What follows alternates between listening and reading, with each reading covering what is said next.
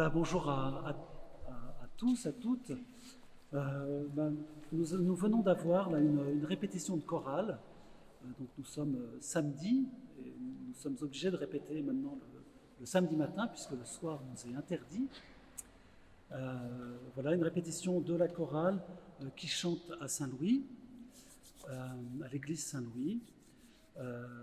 Voilà, alors, vous voyez que nous sommes relativement nombreux, mais nous sommes plus nombreux que cela. C'est-à-dire qu'aujourd'hui, il nous manque quelques voix, notamment des voix de soprane. Voilà, c'est aussi du coup un appel à ce que les bonnes volontés, ceux qui se sont appelés à venir chanter avec nous, puissent le faire. Voilà, et nous répétons de manière irrégulière. Nous n'avons pas de répétition fixe dans la semaine, sur toute l'année.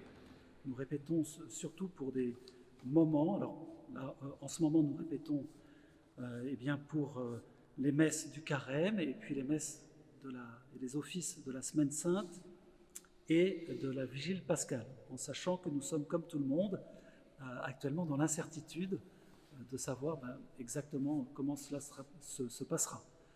Mais ça n'est pas grave, parce que même si nous ne chantons pas tout ce que nous répétons, eh bien c'est une manière pour nous, peut-être que certains pourront le dire, mais c'est une manière pour nous aussi d'entrer dans ce temps de carême et de nous préparer par le chant, parce que ça produit en nous, de nous préparer à ce mystère de la mort, de la passion de la mort et de la résurrection du Christ.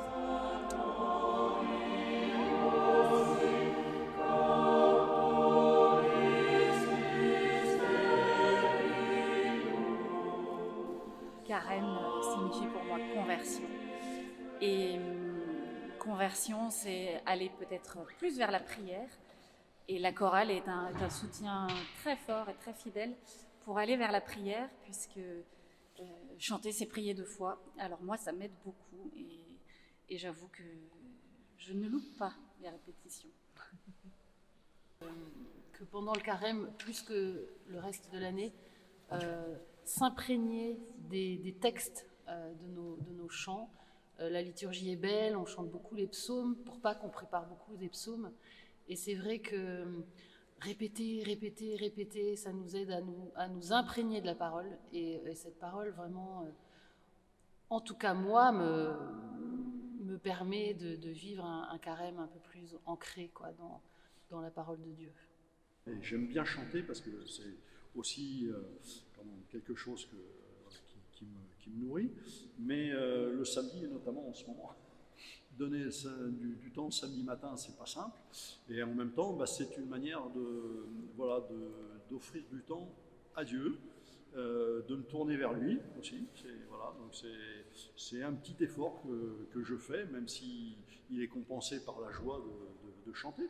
Mais c'est quand même un effort que je fais, de donner mon samedi matin, parce que globalement, de 10h à midi, pendant ce temps-là, je ne fais pas d'autre chose, j'aime bien bricoler d'autres choses, et bien je ne le fais pas, mais je le fais aussi pour le Seigneur.